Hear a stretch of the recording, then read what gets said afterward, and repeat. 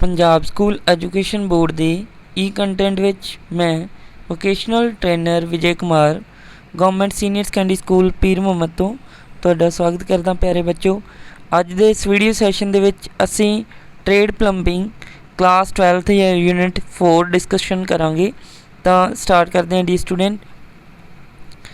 अज दे साडे यूनिट का जो नाम है डिफैक्ट्स इन प्लंबिंग सिस्टम्स। डिफरेंट जो डिफैक्ट्स ने वो असी डिस्कशन करांगे। तो इंट्रोडक्शन तो शुरू करते हैं। तुहाडे घरां विच प्लंबिंग दे कुछ नुकसानां नूं असी आम पछाणदे हाँ, पर उन्हां विचों कुछ सिर्फ जो कि पेशावर प्लंबर द्वारा ही पछाणे जा सकते हैं या उन्हां द्वारा ही उन्हां दा निरीखण किया जाता है। आम प्लंबिंग नुकसान दे विच जिवें कि लीकेज होना किसी फिक्सचर का, टपकदे होए तुहाडे नल, हौली जिहड़ियां स्लो ड्रेन्स आदि शामिल हो सकदियां ने। पानी के नुकसान तो बचन लई घर की प्लंबिंग प्रणाली की स्थापना अते रख रखाव बहुत ही जरूरी है। चिंता सिर्फ रसोई और बाथरूम तक ही सीमित नहीं है, क्योंकि पानी की जो वंड है पाइप नालियां दे आम तौर पर घरां दे अंदर या बेसमेंट में बहुत सारे घरां दे अंदर ही जो सैटिंग की होंगी पाइपों की, जे किते भी पाइप ये करो लीकेज होंदी है तो वो पूरे घर नूं नुकसानदायक हो सकती है। इसलिए इन्हां दा टाइम रहिंदे ही इन्हां नूं सही कर लिया जाए तो बहुत ही ज़्यादा जरूरी हुंदा है।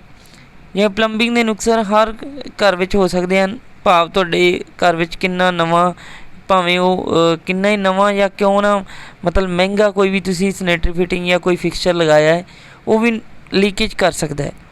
प्लंबिंग नुक्स तो मतलब अलग अलग होंदे ने, जिवें कि अपने घर नूं सारे आम प्लंबिंग नुकसां तो सुरक्षित रखने लई तुहानूं अपने घर दे प्लंबिंग प्रणाली एक पेशावर प्लंबर द्वारा उसनूं चंगी तरह जांच करवाउणी चाहीदी है।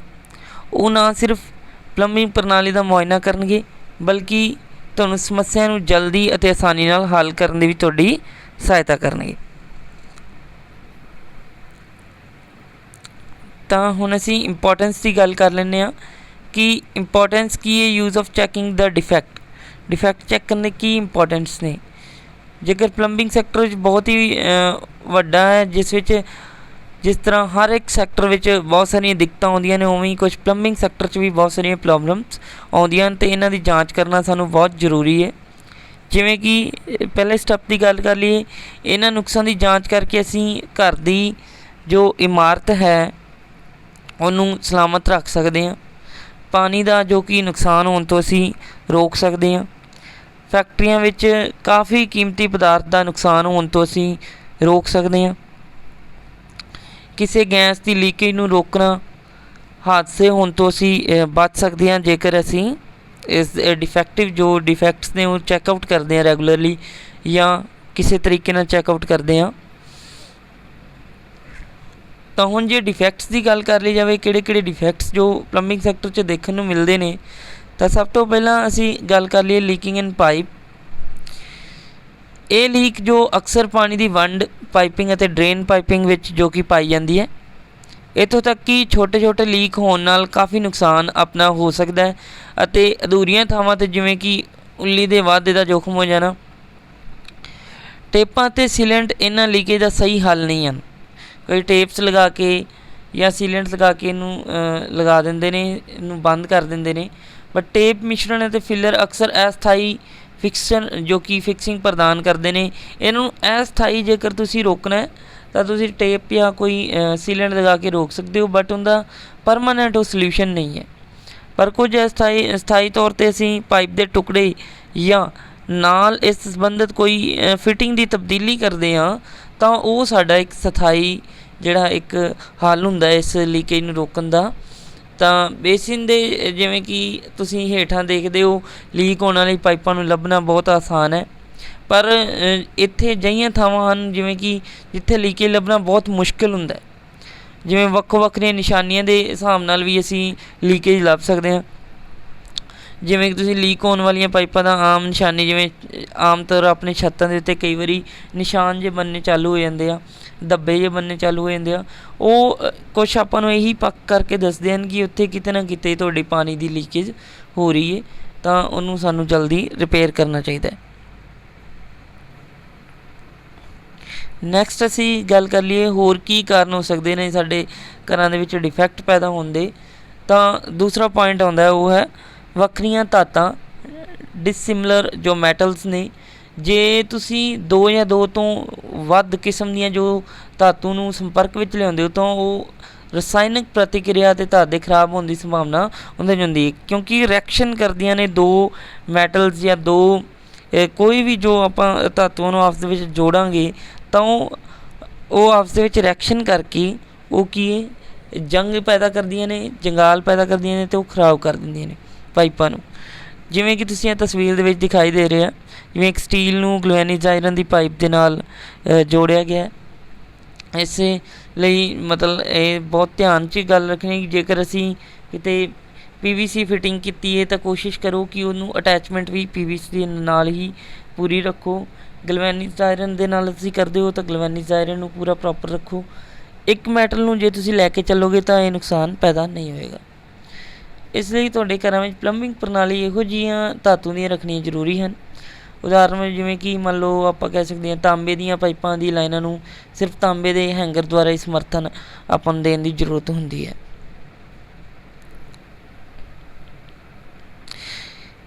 ਗਲਵੈਨਾਈਜ਼ਡ ਸਟੀਲ ਖੋਰ, ਜਿਵੇਂ ਕਰੋਡਡ ਜਿਹੜਾ ਗਲਵੈਨਾਈਜ਼ਡ ਸਟੀਲ ਖੋਰ ਜਿਵੇਂ ਪੈਦਾ ਹੋ ਜਾਣੀ, ਜਿਵੇਂ ਕਿ ਤੁਸੀਂ ਦੇਖ ਰਹੇ ਹੋ ਤਸਵੀਰ ਦੇ ਵਿੱਚ ਹੀ। ਗਲਵੈਨਾਈਜ਼ਡ ਸਟੀਲ ਪਾਈਪਿੰਗ ਅਜੇ ਵੀ ਬਹੁਤ ਸਾਰੇ ਪੁਰਾਣੇ ਘਰਾਂ ਦੇ ਵਿੱਚ ਅਪਰੋਕਸੀਮੇਟ ਤੁਹਾਨੂੰ ਇਹ ਦੇਖਣ ਨੂੰ ਮਿਲਦੇ ਹੈ।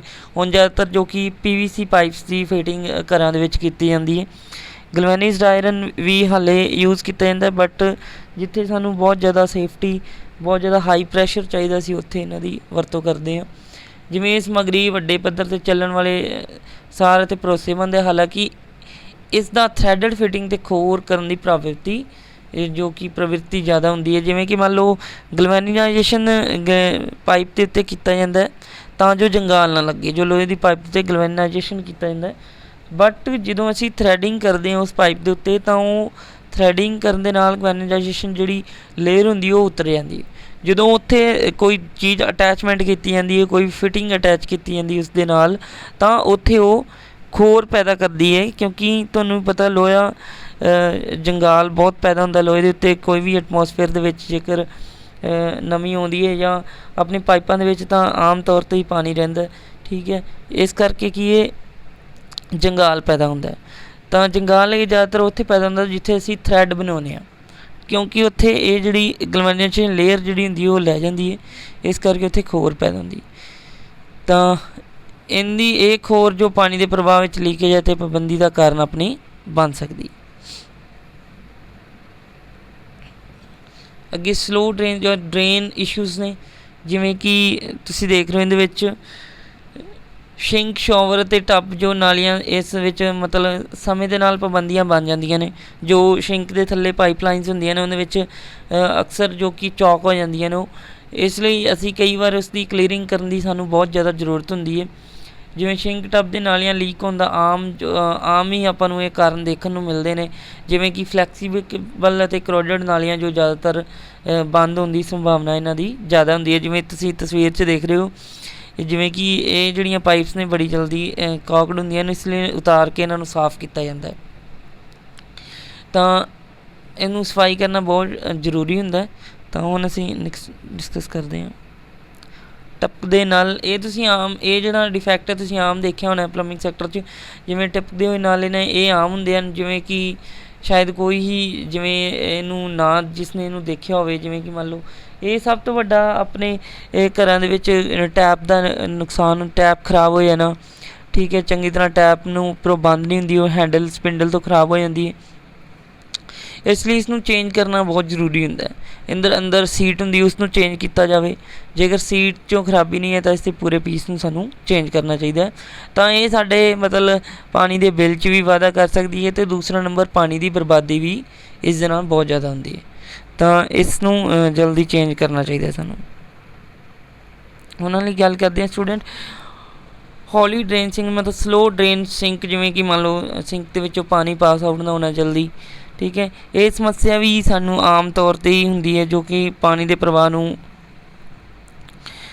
ਕਹਿ ਸਕਦੇ ਹਾਂ ਸੀਮਿਤ ਕਰ ਰਹੀ ਹੈ। ਜਿਵੇਂ ਤੁਹਾਡੇ ਰਸੋਈ ਦੇ ਸਿੰਕ ਡਰੇਨ ਵਿੱਚ ਕੁਛ ਚੀਜ਼ਾਂ ਉਹ ਹੋ ਸਕਦੀਆਂ ਜਿਵੇਂ ਕਿ ਚਰਬੀ, ਖਾਣੇ ਦੀਆਂ ਬਚੀਆਂ ਚੀਜ਼ਾਂ ਆਦਿ।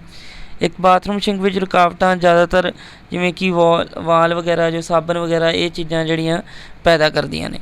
ਤਾਂ ਇਹ ਕੀ ਹੈ, ਅੰਦਰ ਜਾ ਕੇ ਪਾਈਪਾਂ ਦੇ ਵਿੱਚ ਜ਼ਿਆਦਾਤਰ ਜੰਮ ਜਾਂਦੇ ਨੇ, ਤਾਂ ਇਹ ਕੀ ਬਾਅਦ 'ਚ ਕੀ ਡਿਫੈਕਟ ਪੈਦਾ ਕਰਦੇ ਨੇ ਉਹਦੇ ਵਿੱਚ। ਤਾਂ ਇਸ ਨੂੰ ਵੀ ਕਲੀਨ ਕਰਨਾ ਬਹੁਤ ਜ਼ਰੂਰੀ ਹੈ, ਜਿਵੇਂ ਕਿ ਤੁਸੀਂ ਪਲੰਜਰ ਦੀ ਮਦਦ ਦੇ ਨਾਲ ਇਹਦੀ ਸਫਾਈ ਕੀਤੀ ਜਾ ਰਹੀ ਹੈ ਇੱਕ ਸਿੰਕ ਦੀ। ਬੇਮਿਸਾਲ ਪਾਣੀ ਦਾ ਦਬਾਅ, ਐਕਸੈਸਿਵ ਵਾਟਰ ਪ੍ਰੈਸ਼ਰ, ਬਹੁਤ ਜ਼ਿਆਦਾ ਪ੍ਰੈਸ਼ਰ ਵੀ ਪਾਈਪਾਂ ਦੇ ਵਿੱਚ ਜੋ ਕਿ ਪੈਦਾ ਹੋਣ 'ਤੇ ਪਾਈਪਾਂ ਫਟ ਸਕਦੀਆਂ ਨੇ, ਪਾਈਪਾਂ ਦੀ ਲੀਕੇਜ ਸ਼ੁਰੂ ਹੋ ਸਕਦੀ ਹੈ। ਤਾਂ ਜੇਕਰ ਰਿਹਾਇਸ਼ੀ ਪਾਣੀ ਦੇ ਦਬਾਅ ਦੀ ਗੱਲ ਕੀਤੀ ਜਾਏ ਤਾਂ 80 PSI ਤੋਂ ਵੱਧ ਨਹੀਂ ਹੋਣਾ ਚਾਹੀਦਾ।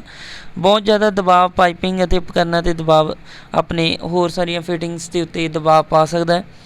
ਇਹ ਲੀਕ ਹੋਣ ਦਾ ਜੋ ਕਿ ਕਾਰਨ ਬਣ ਸਕਦੀਆਂ ਨੇ, ਜਿਵੇਂ ਅਤੇ ਗੰਦਾ ਪਾਣੀ, ਜੋ ਪਾਣੀ ਦੇ ਦਬਾਅ 80 PS ਤੋਂ ਵੱਧ ਹੈ ਤਾਂ ਪਾਣੀ ਦੇ ਮੁੱਖ ਅਤੇ ਮਤਲਬ ਮੇਨ ਜੋ ਹੈਗੀ ਹੈ, ਮੇਨ ਇੱਕ ਪ੍ਰੈਸ਼ਰ ਰੈਗੂਲੇਟਰ ਦੀ ਸਿਫਾਰਿਸ਼ ਕੀਤੀ ਜਾਂਦੀ ਹੈ। ਤਾਂ ਮੇਨ ਦੇ ਉੱਤੇ ਅਸੀਂ ਇੱਕ ਪ੍ਰੈਸ਼ਰ ਰੈਗੂਲੇਟਰ ਲਗਾਉਣਾ ਚਾਹੀਦਾ ਸਾਨੂੰ, ਤਾਂ ਜੋ ਸਾਡਾ ਜਿਹੜਾ ਪ੍ਰੈਸ਼ਰ ਹੈ ਉਹ ਮੇਨਟੇਨ ਰਵੇ ਉਹਦੇ ਵਿੱਚ।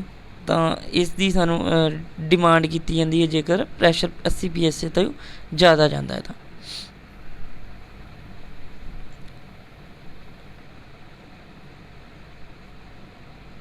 ਫਰੋਜ਼ਨ ਪਾਈਪਸ ਤੋਂ ਅਸੀਂ ਭਾਵ ਕਹਿ ਸਕਦੇ ਹਾਂ ਕਿ ਪਾਣੀ ਦਾ ਜੋ ਕਿ ਪਾਈਪਾਂ ਦੇ ਵਿੱਚ ਜੰਮ ਜਾਣਾ ਹੀ ਇੱਕ ਫਰੋਜ਼ਨ ਪਾਈਪ ਹੈ, ਪਾਈਪਿੰਗ ਕਹਿ ਸਕਦੇ ਹਾਂ। ਜਦੋਂ ਬੰਦ ਪਾਈਪਿੰਗ ਸਿਸਟਮ ਦੇ ਅੰਦਰ ਪਾਣੀ ਜੋ ਕਿ ਜੰਮ ਜਾਂਦਾ ਹੈ, ਉਹ ਕਿ ਐਕਸੈਸਿਵ ਵਾਟਰ ਪੈਦਾ ਕਰਦਾ ਹੈ, ਜਿਸ ਦੇ ਕਾਰਨ ਕੀ ਹੈ ਪਾਈਪਸ ਦਾ ਨੁਕਸਾਨ ਹੋਣ ਦਾ ਡਰ ਰਹਿੰਦਾ। ਠੀਕ ਹੈ, ਅਤੇ ਬਹੁਤ ਜ਼ਿਆਦਾ ਵਿਆਸ ਘੱਟ ਜਾਂਦਾ ਹੈ, ਪਾਈਪ ਦਾ ਪ੍ਰੈਸ਼ਰ, ਪਾਣੀ ਦਾ ਪ੍ਰੈਸ਼ਰ ਹੋ ਰਹਿੰਦਾ, ਬਟ ਵਿਆਸ ਘਟਣ ਕਰਕੇ ਉਹਦੇ ਕਰਕੇ ਕੀ ਹੈ ਪਾਈਪ ਫਟਣ ਦਾ ਡਰ ਰਹਿੰਦਾ ਪਾਈਪ 'ਤੇ, ਜਿਵੇਂ ਫਿਟਿੰਗ ਸਾਈਡ ਵੱਲ ਨੂੰ, ਇਸ ਕਰਕੇ ਇਸ ਚੀਜ਼ ਦਾ ਨੁਕਸਾਨ ਹੋ ਸਕਦਾ। TNP ਵਾਲਵ ਜੋ ਕਿ ਨਹੀਂ ਅਪਲਾਈ ਕੀਤਾ ਗਿਆ ਹੈ ਨਾ ਕਈ ਜਗ੍ਹਾ 'ਤੇ, ਤਾਂ ਹੁਣ ਅਸੀਂ ਗੱਲ ਕਰਦੇ ਹਾਂ TNP ਵਾਲਵਸ ਦੀ, ਜਿਹੜਾ ਕਿ ਮਤਲਬ ਟੈਂਪਰੇਚਰ ਮੇਨਟੇਨ ਕਰਨ ਲਈ ਜਾਂ ਪ੍ਰੈਸ਼ਰ ਰਿਲੀਫ ਵਾਲਵ ਦੀ ਤਰ੍ਹਾਂ ਕੰਮ ਕਰਦਾ। ਜਿਵੇਂ ਬੰਦ ਪਾਈਪਿੰਗ ਪ੍ਰਣਾਲੀ ਵਿੱਚ ਹਰੇਕ ਵਾਟਰ ਹੀਟਰ ਲਈ ਤਾਪਮਾਨ ਅਤੇ ਦਬਾਅ ਰਹਿਤ ਵਾਲਵ ਹੋਣਾ ਬੜਾ ਲਾਜ਼ਮੀ ਹੈ, ਜਿਹਨੂੰ ਅਸੀਂ TNP ਦਾ ਵਾਲਵ ਕਿਹਾ। TNP ਦਾ ਮਤਲਬ temperature and pressure relief valve. ਠੀਕ ਹੈ, ਇਹ ਵਾਲਵ ਇੱਕ ਸੁਰੱਖਿਆ ਉਪਕਰਨ ਹਨ ਅਤੇ ਵਾਟਰ ਹੀਟਰ ਨੂੰ ਜੋ ਕਿ ਫਟਣ ਤੋਂ ਰੋਕਣ ਲਈ ਮਤਲਬ ਤਿਆਰ ਕੀਤੇ ਜਾਂਦੇ ਹਨ, ਜਿਵੇਂ ਕਿ ਤਸਵੀਰ 'ਚ ਤੁਹਾਨੂੰ ਦਿਖਾਈ ਦੇ ਰਿਹਾ, ਇਹ ਇੱਕ TNP ਵਾਲਵ ਹੈ।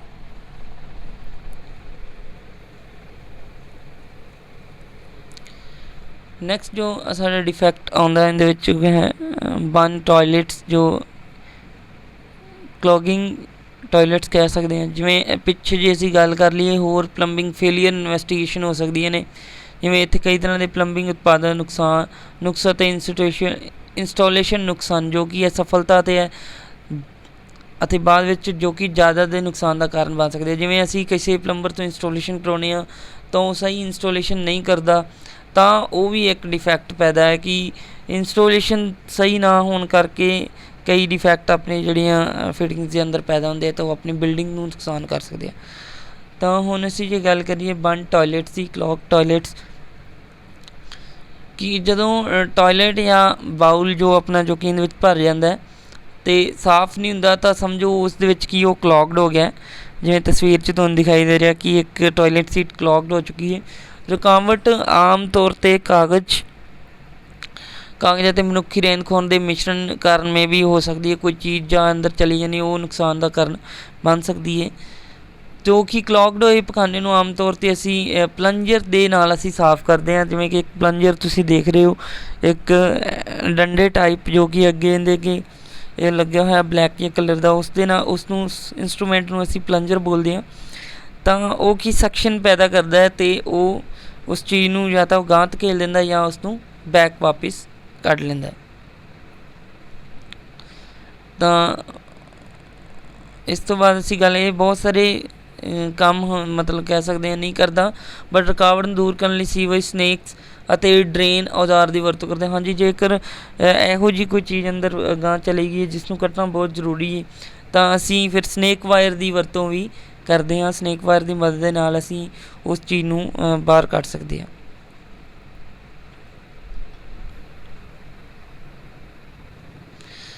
ਤਾਂ ਅੱਗੇ ਜੇ ਨੈਕਸਟ ਅਸੀਂ ਗੱਲ ਕਰੀਏ, ਜੇਕਰ ਅਸੀਂ ਲੀਕਿੰਗ ਟੋਇਲਟ ਦੀ ਗੱਲ ਕਰੀਏ ਤਾਂ ਜਿਵੇਂ ਕਿ ਮੰਨ ਲਓ ਜੋ ਕਿ ਚੱਲਦਾ ਟੋਇਲਟ ਜੋ ਕਿ ਮਹਿੰਗਾ ਪੈ ਸਕਦਾ, ਜਿਵੇਂ ਆਪਾਂ ਨੂੰ ਕਹਿ ਸਕਦੇ ਹਾਂ ਜੋ ਲੀਕੇਜ ਕਰਦਾ ਹਰ ਦਿਨ ਅਪਰੋਕਸੀਮੇਟ ਉਹ 200 ਆਪਾਂ ਕਹਿ ਸਕਦੇ ਗੈਲਨ ਜੋ ਕਿ ਵਾਟਰ ਨੂੰ ਗੁੰਮ ਕਰ ਸਕਦਾ। ਜੇਕਰ ਉਹ ਟੋਇਲਟ ਆਪਣੀ ਪਿੱਛੇ ਸਿਸਟਮ ਸਹੀ ਨਹੀਂ ਹੈ, ਲਗਾਤਾਰ ਪਾਣੀ ਉਹਦੇ 'ਚ ਲੀਕ ਹੋ ਰਿਹਾ ਤਾਂ ਇਹ ਵੀ ਸਾਡੇ ਲਈ ਨੁਕਸਾਨਦਾਇਕ ਹੈ। ਸਭ ਤੋਂ ਆਮ ਦੋਸ਼ੀ ਨੁਕਸਾਨਦਾਰ ਜੋ ਕਿ ਫਲੈਪਰ ਵਾਲਵ ਹੁੰਦਾ ਜੋ ਕਿ ਪਾਣੀ ਨੂੰ ਕੰਟਰੋਲ ਕਰਦਾ, ਜੋ ਟੈਂਕੀ ਦੇ ਕਟੋਰੇ ਤੱਕ ਮਤਲਬ ਜਾਂਦਾ ਹੈ, ਜੋ ਕਿ ਪਿੱਛੇ ਫਲਸ਼ਿੰਗ ਸਿਸਟਮ ਦਾ ਖ਼ਰਾਬ ਹੋਣਾ ਸਭ ਤੋਂ ਵੱਧ ਨੁਕਸਾਨ ਕਰ ਸਕਦਾ। ਜਿਵੇਂ ਉਹਦੇ ਅੰਦਰ ਇੱਕ ਫਲੈਪਰ ਲੱਗਾ ਹੁੰਦਾ, ਜੇਕਰ ਉਹ ਫਲੈਪਰ ਸਹੀ ਨਹੀਂ ਹੁੰਦਾ ਤਾਂ ਉਹਦੇ ਵਿੱਚ ਲਗਾਤਾਰ ਉਹ ਪਾਣੀ ਉਹਦੇ ਵਿੱਚ ਪਾਸ ਹੁੰਦਾ ਰਹਿੰਦਾ, ਲਗਾਤਾਰ ਟੋਇਲਟ ਸੀਟ ਦੇ ਵਿੱਚ ਪਾਣੀ ਜਾ ਜਾਂਦਾ, ਤਾਂ ਇਹ ਕਾਫੀ ਮਾਤਰਾ ਦੇ ਵਿੱਚ ਤੁਹਾਡੇ ਪਾਣੀ ਦਾ ਨੁਕਸਾਨ ਕਰ ਸਕਦਾ।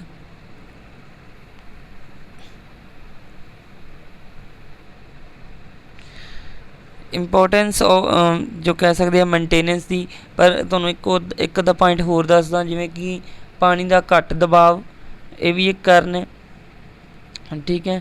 ਤਾਂ ਇਹ ਚੀਜ਼ਾਂ ਨੂੰ ਅਸੀਂ ਬਿਲਕੁਲ ਸਾਨੂੰ ਦਬਾਅ ਜਿਹੜਾ ਪੈਦਾ ਹੁੰਦਾ, ਜਿਵੇਂ ਤੇਜ਼ ਵਹਾਅ ਬਜਾਏ ਟੂਟੀ ਵਿੱਚ ਪਾਣੀ ਬਾਹਰ ਨਿਕਲ ਜਾਣਾ, ਇੱਕ ਪਾਣੀ ਦੇ ਘੱਟ ਦਬਾਅ ਦੇ ਲੱਛਣ ਹੋ ਸਕਦੇ ਨੇ, ਠੀਕ ਹੈ। ਇਹ ਪੁਰਾਣੇ ਘਰਾਂ ਦੇ ਵਿੱਚ ਅਕਸਰ ਆਪਾਂ ਨੂੰ ਇਹ ਚੀਜ਼ ਦੇਖਣ ਨੂੰ ਮਿਲਦੀ ਹੈ। ਤਾਂ ਹੁਣ ਆਪਾਂ ਇੰਪੋਰਟੈਂਸ 'ਤੇ ਹੀ ਆਉਂਦੇ ਹਾਂ। ਤਾਂ ਸਭ ਤੋਂ ਪਹਿਲਾਂ ਇੰਪੋਰਟੈਂਸ ਕੀ ਹੈ, ਮੇਨਟੇਨੈਂਸ ਕਰਨ ਦੀ ਸਾਨੂੰ ਕਿਉਂ ਜ਼ਰੂਰਤ ਹੈ ਜਾਂ ਇਸ ਦੀ ਕੀ ਮਹੱਤਤਾ ਹੈ। ਤਾਂ ਆਪਾਂ ਨੂੰ ਕੀ ਮਿਲਦਾ, ਸਭ ਤੋਂ ਪਹਿਲਾਂ ਸਾਡੀ ਬੈਟਰ ਏਅਰ ਕੁਆਲਿਟੀ, ਵਧੀਆ ਹਵਾ ਦੀ ਜੋ ਕਿ ਕੁਆਲਿਟੀ ਹੋ ਜਾਣਾ। ਜਿਵੇਂ ਕਹਿ ਸਕਦੇ ਹਾਂ ਕਮਜ਼ੋਰ ਜਾਂ ਪਾਈਪਾਂ ਲੀਕ ਹੋਣ ਨਾਲ ਪਾਣੀ ਦੀ ਸਿੱਧੀ ਜੋ ਕਿ ਲੀਕੇਜ ਹੋ ਸਕਦੀ ਹੈ। ਇੱਕ ਪਾਈਪ ਵਿੱਚ ਚੱਲ ਰਹੇ ਲੀਕ ਦੇ ਨਤੀਜੇ ਵਜੋਂ ਉੱਲੀ ਅਤੇ ਜੋ ਕਿ ਫਫੰਦਤ ਜੋ ਕਿ ਅਸਰ ਘਰਾਂ ਦੇ ਵਿੱਚ ਅੰਦਰ ਹਵਾ ਦੀ ਕੁਆਲਿਟੀ 'ਤੇ ਪੈ ਸਕਦਾ ਹੈ। ਰੱਖ ਰਖਾਵ ਉੱਲੀ ਦੇ ਵਾਧੇ ਨੂੰ ਰੋਕਣ ਲਈ ਅਤੇ ਆਪਣੀ ਹਵਾ ਦੀ ਗੁਣਵੱਤਾ ਨੂੰ ਸਿਹਤਮੰਦ ਪੱਧਰ 'ਤੇ ਰੱਖਣ ਲਈ ਸਹਾਇਤਾ ਆਪਾਂ ਨੂੰ ਇਹ ਕਰ ਸਕਦਾ ਹੈ। ਤਾਂ ਜੇਕਰ ਅਸੀਂ ਮੇਨਟੇਨੈਂਸ ਕਰਦੇ ਹਾਂ ਘਰੇ ਤਾਂ ਸਾਨੂੰ ਬੈਟਰ ਏਅਰ ਕੁਆਲਿਟੀ ਮਿਲਦੀ, ਕਿਉਂਕਿ ਜੇਕਰ ਦੇਖੋ ਘਰੇ ਟਰੈਪ ਖਰਾਬ ਹੈ ਟੋਇਲਟ ਸੀਟ ਦੇ ਅੰਦਰ ਮੰਨ ਲਓ, ਤਾਂ ਉਹਦੇ ਨਾਲ ਕੀ ਹੈ ਤੁਹਾਡੀਆਂ ਫਾਊਲ ਸਮੈਲਸ ਜੋ ਕਿ ਟੋਇਲਟ ਸੀਟ ਦੇ ਵਿੱਚੋਂ ਆਉਣੀਆਂ ਬਾਹਰ ਹੋ ਜਾਣਗੀਆਂ, ਜਾਂ ਟੋਇਲਟ ਸੀਟ ਦਾ ਜਦੋਂ ਟੋਇਲਟ ਦਾ ਜਦੋਂ ਹੀ ਗੇਟ ਖੁੱਲ੍ਹੂਗਾ ਉਹ ਸਮੈਲਸ ਤੁਹਾਡੇ ਅੰਦਰ ਆਉਣਗੀਆਂ। ਜੇਕਰ ਤੁਸੀਂ ਲੈਟਰਿੰਗ ਬਾਥਰੂਮ ਅਟੈਚ ਬਣਾਇਆ ਘਰ ਦੇ ਵਿੱਚ ਤਾਂ ਫਿਰ ਜ਼ਿਆਦਾ ਬਹੁਤ ਪ੍ਰੋਬਲਮ ਹੋ ਸਕਦੀ ਅਤੇ ਤੁਹਾਡੇ ਸਿਹਤ ਦੇ ਉੱਤੇ ਬਹੁਤ ਜ਼ਿਆਦਾ ਨੁਕਸਾਨਦਾਇਕ ਇਹ ਚੀਜ਼ ਹੋ ਸਕਦੀ ਹੈ। ਤਾਂ ਜੇਕਰ ਤੁਸੀਂ ਬੈਟਰ ਏਅਰ ਕੁਆਲਿਟੀ ਚਾਹੁੰਦੇ ਹੋ ਤਾਂ ਤੁਹਾਨੂੰ ਪਲੰਬਰ ਦਾ ਜੋ ਵੀ ਘਰੇ ਕੋਈ ਡਿਫੈਕਟ ਪੈਦਾ ਹੁੰਦਾ ਤਾਂ ਉਸ ਨੂੰ ਸਹੀ ਕਰਵਾਉਣਾ ਲਾਜ਼ਮੀ ਹੁੰਦਾ ਹੈ। ਇਨਕਰੀਜ਼ਡ ਪਲੰਬਿੰਗ ਲਾਈਫ ਸਪੈਨ, ਇਸ ਦੇ ਨਾਲ ਕੀ ਹੁੰਦਾ, ਜੇਕਰ ਅਸੀਂ ਰਿਪੇਅਰ ਮੇਨਟੇਨੈਂਸ ਕਰਦੇ ਹਾਂ, ਰਿਪੇਅਰ ਕਰਾਉਂਦੇ ਹਾਂ, ਮੇਨਟੇਨੈਂਸ ਜ਼ਿਆਦਾ ਕਰਦੇ ਹਾਂ ਆਪਾਂ, ਤਾਂ ਸਾਨੂੰ ਪਲੰਬਿੰਗ ਦੀਆਂ ਜਿਹੜੀਆਂ ਫਿਟਿੰਗਸ ਦੀ ਉਹਦੀ ਲਾਈਫ ਸਪੈਨ ਵੀ ਵੱਧ ਜਾਂਦੀ ਹੈ। ਜਿਵੇਂ ਕਮਜ਼ੋਰ ਜਾਂ ਲੀਕ ਹੋਣ ਵਾਲੀਆਂ ਪਾਈਪਾਂ ਨੂੰ ਨਜ਼ਰਅੰਦਾਜ਼ ਨਾ ਕਰੋ। ਕਮਜ਼ੋਰ ਪਾਈਪਾਂ ਵੀ ਨਿਰੰਤਰ ਦਬਾਅ ਪਾਈਪਾਂ ਦੀ ਉਮਰ ਨੂੰ ਆਪਣੇ ਘਟਾ ਸਕਦਾ ਹੈ ਅਤੇ ਤੁਹਾਡੇ ਪਲੰਬਿੰਗ ਪ੍ਰਣਾਲੀ ਵਿੱਚ ਲੀਕ ਦੀ ਅਸਫਲਤਾ ਦਾ ਕਾਰਨ ਇਹ ਬਣ ਸਕਦਾ ਹੈ। ਇਸ ਲਈ ਨਿਯਮਿਤ ਤੌਰ 'ਤੇ ਪਲੰਬਿੰਗ ਸੰਭਾਲ ਸੇਵਾ ਦੀ ਚੋਣ ਕਰਨਾ ਨਿਸ਼ਚਿਤ ਕਰੋ, ਕਿਉਂਕਿ ਇਹ ਤੁਹਾਡੇ ਪਾਈਪਾਂ ਦੀ ਜੋ ਕਿ ਉਮਰ ਵਧਾਉਣ ਵਿੱਚ ਤੁਹਾਡੀ ਬਹੁਤ ਜ਼ਿਆਦਾ ਮਦਦ ਕਰਦਾ ਹੈ। ਤਾਂ ਜੇਕਰ ਤੁਸੀਂ ਪਲੰਬਿੰਗ ਸਿਸਟਮ ਦੀ ਜਾਂ ਪਲੰਬਿੰਗ ਪਾਈਪਸ ਦੀ ਜੋ ਵੀ ਫਿਟਿੰਗ ਤੁਸੀਂ ਘਰ ਦੇ ਵਿੱਚ ਕੀਤੀ, ਜੇ ਉਹਦਾ ਲਾਈਫ ਸਪੈਨ ਵਧਾਉਣਾ ਚਾਹੁੰਦੇ ਹੋ ਤਾਂ ਉਮਰ 'ਚ ਵਾਧਾ ਕਰਨ ਚਾਹੁੰਦੇ ਹੋ ਤਾਂ ਉਸ ਦੀ ਮੇਨਟੇਨੈਂਸ ਕਰਨਾ ਬਹੁਤ ਜ਼ਰੂਰੀ ਹੈ। ਜਿਵੇਂ ਕਿ ਤੁਹਾਨੂੰ ਲੱਗ ਰਿਹਾ ਇਸ ਦਬਾਅ ਜ਼ਿਆਦਾ ਹੈ ਤਾਂ ਉੱਥੇ ਪ੍ਰੈਸ਼ਰ ਰਿਲੀਫ ਵਾਲਵ ਲਗਾਓ। ਇਹ ਚੀਜ਼ਾਂ ਨੂੰ ਬਿਲਕੁਲ ਧਿਆਨ 'ਚ ਰੱਖ ਕੇ ਹੀ ਫੋਲੋ ਕਰਨਾ ਚਾਹੀਦਾ ਹੈ। ਸਭ ਤੋਂ ਵੱਡੀ ਚੀਜ਼ ਜੋ ਕਿ ਹੈ ਉਹ ਹੈ ਮਨੀ ਸੇਵਿੰਗ। ਤਾਂ ਨਿਯਮਿਤ ਤੌਰ 'ਤੇ ਜੋ ਕਿ ਪਲੰਬਿੰਗ ਰੱਖ ਰਖਾਵ ਇੱਕ ਮਹਿੰਗੇ ਮੁੱਦੇ ਨੂੰ ਪੈਦਾ ਹੋਣ ਤੋਂ ਬਚਾ ਕੇ ਤੁਹਾਡੇ ਪਾਣੀ ਦੇ ਬਿੱਲ ਉੱਤੇ ਪੈਸਾ ਬਚਾਉਣ ਅਤੇ ਤੁਹਾਡੀ ਕਾਫੀ ਮਦਦ ਕਰਦਾ। ਜੇਕਰ ਤੁਸੀਂ ਉਸ ਦੀ ਚੰਗੀ ਤਰ੍ਹਾਂ ਮੇਨਟੇਨੈਂਸ ਕਰਦੇ ਹੋ ਕਿਸੇ ਪਲੰਬਿੰਗ ਫਿਕਸਚਰ ਦੀ ਜਾਂ ਪਲੰਬਿੰਗ ਰਿਲੇਟਡ ਆਈਟਮਸ ਦੀ, ਤਾਂ ਉਹ ਆਪਣੇ ਕੀ ਹੈ ਮਨੀ ਸੇਵਿੰਗ ਵੀ ਹੈ। ਇੱਕ ਕਿਸੇ ਚੀਜ਼ ਦੀ ਲਾਈਫ ਸਪੈਨ ਵਧੀ ਤਾਂ ਆਟੋਮੈਟਿਕ ਸਾਡੀ ਮਨੀ ਸੇਵਿੰਗ ਵੀ ਵਧੇਗੀ। ਤਾਂ ਜੇਕਰ ਪਾਣੀ ਦਾ ਬਿੱਲ ਜ਼ਿਆਦਾ ਆ ਰਿਹਾ, ਕੋਈ ਡਿਫੈਕਟਿਵ ਪੀਸ ਹੈ ਘਰੇ ਟੈਪਸ ਦਾ, ਤਾਂ ਉਹਨੂੰ ਚੇਂਜ ਨਹੀਂ ਕਰ ਰਹੇ ਅਸੀਂ, ਉਹ ਪਾਣੀ ਦਾ ਬਿੱਲ ਸਾਡੇ ਇਨਕਰੀਜ਼ ਕਰ ਰਿਹਾ, ਤਾਂ ਇਹ ਚੀਜ਼ਾਂ ਕੀ ਹੈ ਸਾਡੀ ਮਨੀ ਦੇ ਉੱਤੇ ਇਫੈਕਟ ਪਾਉਂਦੀਆਂ ਨੇ। ਜੇ ਅਸੀਂ ਆਪਦੇ ਆਪ ਨੂੰ ਮਨੀ ਸੇਵਿੰਗ ਕਰਨਾ ਚਾਹੁੰਦੇ ਹਾਂ ਤਾਂ ਇਸ ਚੀਜ਼ ਵੱਲ ਵੀ ਸਾਨੂੰ ਧਿਆਨ ਦੇਣਾ ਚਾਹੀਦਾ ਹੈ। Precaution during maintenance. ਹੁਣ ਅਸੀਂ ਗੱਲ ਕਰਾਂਗੇ ਕੀ ਸਾਨੂੰ ਸਾਵਧਾਨੀਆਂ ਵਰਤਣੀਆਂ ਚਾਹੀਦੀਆਂ ਜਦੋਂ ਅਸੀਂ ਕਿਸੇ ਚੀਜ਼ ਦੀ ਰੱਖ ਰਖਾਵ ਕਰਦੇ ਹਾਂ ਜਾਂ ਮੇਨਟੇਨੈਂਸ ਕਰਦੇ ਹਾਂ। ਸਭ ਤੋਂ ਪਹਿਲਾਂ ਸਾਨੂੰ ਆਪਣੀ ਅੱਖਾਂ ਦੀ ਰੱਖਿਆ ਕਰੋ, ਜਾਂ ਜਦੋਂ ਅਸੀਂ ਕਿਸੇ ਚੀਜ਼ ਦੀ ਰਿਪੇਅਰ ਕਰਨ ਜਾ ਰਹੇ ਹਾਂ ਤਾਂ ਸਾਨੂੰ ਉਸ ਚੀਜ਼ ਬਾਰੇ ਕੀ ਗੱਲਾਂ ਦਾ ਧਿਆਨ ਰੱਖਣਾ ਚਾਹੀਦਾ ਹੈ। ਇੱਕ ਨਿੱਕਾ ਜਿਹਾ ਲੋਹਾ ਜਾਂ ਪਲਾਸਟਿਕ ਦਾ ਕਚਰਾ ਵੀ ਤੁਹਾਡੀ ਅੱਖ ਨੂੰ ਨੁਕਸਾਨ ਕਰ ਸਕਦਾ ਹੈ ਜਾਂ ਨੁਕਸਾਨ ਪਹੁੰਚਾ ਸਕਦਾ ਹੈ। ਇਸ ਲਈ ਕੁਝ ਬਚਾਅ ਵਾਲੇ ਚਸ਼ਮੇ ਪਹਿਨੋ ਜੋ ਤੁਹਾਡੀਆਂ ਅੱਖਾਂ ਨੂੰ ਨੁਕਸਾਨਦਾਇਕ ਪਦਾਰਥ ਤੋਂ ਬਚਾ ਸਕੇ। ਇਸ ਲਈ ਹਮੇਸ਼ਾ ਜੋ ਕਿ ਗੋਗਲਸ ਨੂੰ ਪਹਿਨਣਾ ਬੜਾ ਜ਼ਰੂਰੀ ਹੈ। ਜੇ ਤੁਸੀਂ ਕਿਸੇ ਇਹੋ ਜਿਹੀ ਜਗ੍ਹਾ 'ਤੇ ਵਰਕਆਊਟ ਕਰ ਰਹੇ ਹੋ ਜਿੱਥੇ ਕੋਈ ਕਚਰਾ ਵਗੈਰਾ ਹੈ ਤਾਂ ਉੱਥੇ ਤੁਹਾਨੂੰ ਇੱਕ ਜੋ ਕਿ ਇਹ ਚਸ਼ਮੇ ਜਾਂ ਗੋਗਲਸ ਦੇ ਜਿਵੇਂ ਵਰਤੋਂ ਕਰਨੀ ਚਾਹੀਦੀ ਹੈ। ਆਪਣੇ ਕੰਨਾਂ ਦੇ ਨੁਕਸਾਨ ਤੋਂ ਰੱਖਿਆ ਕਰੋ। ਪਲੰਬਿੰਗ ਜੋਬ ਸਾਈਟ 'ਤੇ ਬਹੁਤ ਸਾਰੀਆਂ ਉੱਚੀਆਂ ਆਵਾਜ਼ਾਂ ਜੋ ਕਿ ਆਪਣੇ ਪੈਦਾ ਹੁੰਦੀਆਂ ਨੇ, ਅਕਸਰ ਜਿਵੇਂ ਗਰਾਈਂਡਰ ਦਾ ਚੱਲਣਾ ਜਾਂ ਬਹੁਤ ਹੋਰ ਸਾਰੀਆਂ ਮਸ਼ੀਨਰੀ ਦਾ ਯੂਜ਼ ਹੋਣਾ, ਉਹ ਸਾਡੀ ਜੋ ਕਿ ਕੰਨਾਂ ਦੇ ਉੱਤੇ ਨੁਕਸਾਨ ਕਰ ਸਕਦੀਆਂ ਨੇ। ਸਮੇਂ ਦੇ ਨਾਲ ਸਾਨੂੰ ਇਹ ਸ਼ੋਰ ਇੱਕ ਪਲੰਬਰ ਦੀ ਸੁਣਨ ਸ਼ਕਤੀ ਦੇ ਵਿੱਚ ਸਾਡੀ ਇਹ ਨੁਕਸਾਨ ਕਰ ਸਕਦਾ ਹੈ। ਨੈਕਸਟ ਪੁਆਇੰਟ ਹੈ ਆਪਣੇ ਹੱਥਾਂ ਅਤੇ ਬਾਹਾਂ ਨੂੰ ਚੰਗੀ ਤਰ੍ਹਾਂ ਢੱਕ ਕੇ ਰੱਖੋ। ਕੁਝ ਪਲੰਬਰ ਦਸਤਾਨਿਆਂ ਦੀ ਪਰਵਾਹ ਨਹੀਂ ਕਰਦੇ ਘੱਟੋ ਘੱਟ ਕੁਝ ਕੰਮ ਕਰਨ ਦੇ ਦੌਰਾਨ, ਕਿਉਂਕਿ ਦਸਤਾਨੇ ਨਿਪੁੰਨਤਾ ਨੂੰ ਜੋ ਕਿ ਤੁਹਾਡੇ ਰੋਕਦੇ ਨੇ। ਕਈ ਵਾਰੀ ਅਸੀਂ ਕੰਮ ਇਹੋ ਜਿਹਾ ਕਰਨਾ ਹੁੰਦਾ ਹੈ ਜੋ ਦਸਤਾਨੇ ਵਿੱਚ ਅੜਚਨ ਬਣਦੇ ਨੇ, ਤਾਂ ਉਹ ਕੀ ਹੈ ਸਾਨੂੰ ਇਸ ਚੀਜ਼ ਦੇ ਉੱਤੇ ਥੋੜ੍ਹਾ ਜਿਹਾ ਦੇਖਣਾ ਚਾਹੀਦਾ ਹੈ। ਪਰ ਦਸਤਾਨੇ ਐਲਰਜੀ ਤੋਂ ਰੋਕਣ ਲਈ ਮਹੱਤਵਪੂਰਨ ਆਪਣੀ ਜੋ ਕਿ ਭੂਮਿਕਾ ਅਦਾ ਕਰਦੇ ਨੇ। ਇਸ ਲਈ ਇਹ ਸੁਰੱਖਿਆ ਉਪਕਰਨ ਦਾ ਇੱਕ ਮਹੱਤਵਪੂਰਨ ਹਿੱਸਾ ਰਹਿੰਦੇ ਹਨ। ਜਦੋਂ ਪਲੰਬਰ ਰਹਿੰਦ ਖੂੰਹਦ ਖਤਰਨਾਕ ਯੋਗਿਕ ਰਸਾਇਣਾਂ ਅਤੇ ਉੱਲੀ ਦੇ ਸੰਪਰਕ ਵਿੱਚ ਆਉਂਦੇ ਹਨ ਤਾਂ ਸਾਨੂੰ ਇਸ ਚੀਜ਼ ਨੂੰ ਬਿਲਕੁਲ ਖਾਸ ਧਿਆਨ ਰੱਖਣਾ ਚਾਹੀਦਾ। ਆਪਣੇ ਪੈਰਾਂ ਦੀ ਰੱਖਿਆ ਕਰੋ। ਤਿਲਕਣ ਰੋਧਕ ਅਤੇ ਬੂਟ ਪੈਰਾਂ ਦੀ ਰੱਖਿਆ ਕਰਦੇ ਹਨ, ਜੋ ਕਿ ਸਾਨੂੰ ਸ਼ੂਜ਼ ਚੰਗੀ ਤਰ੍ਹਾਂ ਵਧੀਆ ਸ਼ੂਜ਼ ਪਹਿਨਣੇ ਚਾਹੀਦੇ ਹਨ। ਪੂਰੇ ਵਿਅਕਤੀ ਨੂੰ ਗਿਰਾਵਟ ਤੋਂ ਰੋਕਣ ਲਈ ਸਾਨੂੰ ਇੱਕ ਪੂਰੇ ਨੋਨ ਸਲਿੱਪੀ ਜੋ ਕਿ ਸਾਨੂੰ ਸ਼ੂਜ਼ ਜਿਹੜੀ ਵਰਤੋਂ ਕਰਨੀ ਚਾਹੀਦੀ ਹੈ। 5 ਨੰਬਰ ਪੁਆਇੰਟ ਹੈ ਮਾਸਕ ਦੀ ਵਰਤੋਂ ਕਰੋ। ਪਲੰਬਰ ਦੁਆਰਾ ਜੋ ਕਿ ਦੇ ਫੇਫੜਿਆਂ ਨੂੰ ਮੋਲਡ ਅਤੇ ਖਤਰਨਾਕ ਧੂੰਏਂ ਤੋਂ ਜੋ ਕਿ ਬਚਾਉਂਦਾ ਹੈ ਮਾਸਕ, ਇਸ ਲਈ ਮਾਸਕ ਦੀ ਵਰਤੋਂ ਕਰਨੀ ਬੜੀ ਜ਼ਰੂਰੀ ਹੈ। ਜਿਵੇਂ ਤੁਸੀਂ ਡਰਿਲਿੰਗ ਕਰ ਰਹੇ ਹੋ ਤਾਂ ਮਾਸਕ ਪਹਿਨੋ, ਗੋਗਲਸ ਪਹਿਨੋ, ਚੰਗੀ ਤਰ੍ਹਾਂ ਹੈਂਡ ਗਲਵਸ ਪਹਿਨੋ, ਤਾਂ ਚੰਗੀ ਤਰ੍ਹਾਂ ਇਸ ਚੀਜ਼ ਨੂੰ ਪ੍ਰੀਪੇਅਰ ਹੋ ਕੇ ਉਸ ਤੋਂ ਬਾਅਦ ਡਰਿਲ ਦੀ ਵਰਤੋਂ ਕਰੋ ਤਾਂ ਤੁਹਾਨੂੰ ਕੋਈ ਨੁਕਸਾਨ ਨਹੀਂ ਹੋਏਗਾ। ਤਾਂ ਇਸ ਚੀਜ਼ ਨੂੰ ਖਾਸ ਧਿਆਨ ਉਹਦੇ 'ਚ ਜਦੋਂ ਡਰਿਲਿੰਗ ਕਰਦੇ ਹੋ ਤਾਂ ਬਹੁਤ ਸਾਰਾ ਜੋ ਕਿ ਦੀਵਾਰਾਂ ਦੇ ਵਿੱਚੋਂ ਮਿੱਟੀ ਜਾਂ ਧੂੜ ਉੱਡਦੀ ਹੈ ਤਾਂ ਉਹ ਤੁਹਾਡੇ ਅੰਦਰ ਜਾ ਕੇ ਨੁਕਸਾਨਦਾਇਕ ਕਰ ਸਕਦੀ ਹੈ ਤੁਹਾਨੂੰ। ਹੈਲਮਟ ਦੀ ਵਰਤੋਂ ਕਰੋ। ਇੱਕ ਹੈਲਮਟ ਹਮੇਸ਼ਾ ਇੱਕ ਪਲੰਬਰ ਦੇ ਕੰਮ ਦੀ ਜ਼ਰੂਰੀ ਨਹੀਂ ਮਤਲਬ ਕਹਿ ਸਕਦੇ ਹਾਂ, ਪਰ ਕੋਲ ਜਾਣਾ ਹੋਣਾ ਚਾਹੀਦਾ। ਜਿਵੇਂ ਕਿ ਮੰਨ ਲਓ ਆਪਾਂ ਹੈਲਮਟ ਦੀ ਵਰਤੋਂ ਸਾਨੂੰ ਕਰਨਾ ਬਹੁਤ ਜ਼ਰੂਰੀ ਹੈ ਕਿ ਜਿਵੇਂ ਤੁਸੀਂ ਵਰਕ ਸਾਈਟ ਦੇ ਉੱਤੇ ਇੱਕ ਹਾਈਟ ਦੇ ਉੱਤੇ ਵਰਕ ਕਰ ਰਹੇ ਹੋ ਤਾਂ ਉਦੋਂ ਤਾਂ ਬਹੁਤ ਜ਼ਿਆਦਾ ਜ਼ਰੂਰੀ ਬਣਦਾ ਕਿ ਤੁਸੀਂ ਇਹ ਹੈਲਮਟ ਦੀ ਵਰਤੋਂ ਕਰੋ। ਠੀਕ ਹੈ, ਜਾਂ ਕੋਈ ਪਲੰਬਰ ਤੁਹਾਡੇ ਉੱਪਰ ਕੋਈ ਵਰਕ ਕਰ ਰਿਹਾ ਕੋਈ, ਤਾਂ ਤੁਹਾਨੂੰ ਥੱਲੇ ਵੀ ਹੈਲਮਟ ਪਾ ਕੇ ਉਸਨੂੰ ਚੰਗੀ ਤਰ੍ਹਾਂ ਵਰਕਆਊਟ ਕਰਨਾ ਚਾਹੀਦਾ। ਦੂਸਰਾ 7 ਪੁਆਇੰਟ ਅਸੀਂ ਗੱਲ ਕਰ ਲਈਏ ਗੈਸ ਲਾਈਨਾਂ ਵਿੱਚ ਅਤੇ ਜੋ ਕਿ ਬਿਜਲੀ ਬੰਦ ਬਾਰੇ। ਜੇਕਰ ਤੁਹਾਨੂੰ ਗੈਸ ਦੀ ਬਦਬੂ ਆਉਂਦੀ ਹੈ ਤਾਂ ਪਤਾ ਲੱਗ ਜਾਏ ਤਾਂ ਉਸਨੂੰ ਚੰਗੀ ਤਰ੍ਹਾਂ ਬੰਦ ਕੀਤਾ ਜਾਵੇ ਤਾਂ ਜੋ ਉੱਥੇ ਤੋਂ ਮਤਲਬ ਦੂਰੀ ਬਣਾ ਲਈ ਜਾਵੇ ਜਦ ਤੱਕ ਜੋ ਬਦਬੂ ਹਟਦੀ ਨਹੀਂ। ਜੋ ਬਿਜਲੀ ਦਾ ਮੇਨ ਸਵਿੱਚ ਨੂੰ ਚੰਗੀ ਤਰ੍ਹਾਂ ਬੰਦ ਕੀਤਾ ਜਾਵੇ ਅਤੇ ਬਿਜਲੀ 'ਤੇ ਵਰਕ ਕਰਨ ਲਈ ਬਿਲਕੁਲ ਧਿਆਨ ਰੱਖਿਆ ਜਾਵੇ ਕਿ ਕੋਈ ਪਾਈਪ ਕੋਈ ਲਾਈਨ ਹੈ ਉਹ ਕੋਈ ਖ਼ਰਾਬ ਨਹੀਂ, ਕਿਤੋਂ ਇਲੈਕਟ੍ਰੀਸਿਟੀ ਲੀਕੇਜ ਨਹੀਂ ਹੋ ਰਹੀ, ਉੱਤੇ ਮਤਲਬ ਹੱਥ ਨਾ ਲਗਾਇਆ ਜਾਵੇ ਅਤੇ ਉਸ ਤੋਂ ਦੂਰ ਰਿਹਾ ਜਾਵੇ। ਸਹੀ ਸੰਦਾਂ ਦੀ ਵਰਤੋਂ ਕਰੋ। ਮਤਲਬ ਇਹ ਕੰਮ ਨੂੰ ਸੌਖਾ, ਤੇਜ਼ ਅਤੇ ਸੁਰੱਖਿਅਤ ਬਣਾਉਂਦੇ ਹਨ। ਜੇਕਰ ਤੁਹਾਡੇ ਟੂਲਸ ਬਿਲਕੁਲ ਸਹੀ ਨੇ ਤਾਂ ਉਹ ਤੁਹਾਡੇ ਕੰਮ ਨੂੰ ਬਹੁਤ ਜ਼ਿਆਦਾ ਆਸਾਨ ਕਰਦੇ ਨੇ। ਤਿਆਰੀ ਦਾ ਇੱਕ ਹਿੱਸਾ ਇਹ ਅਨੁਮਾਨ ਲਗਾਉਣਾ ਕਿ ਕਿਹੜੇ ਸੰਦਾਂ ਦੀ ਸਾਨੂੰ ਜ਼ਰੂਰਤ ਹੈ। 9 ਪੁਆਇੰਟ ਹੈ ਐਮਰਜੈਂਸੀ, ਜੋ ਕਿ ਸਾਡਾ ਲਾਸਟ ਪੁਆਇੰਟ ਹੈ।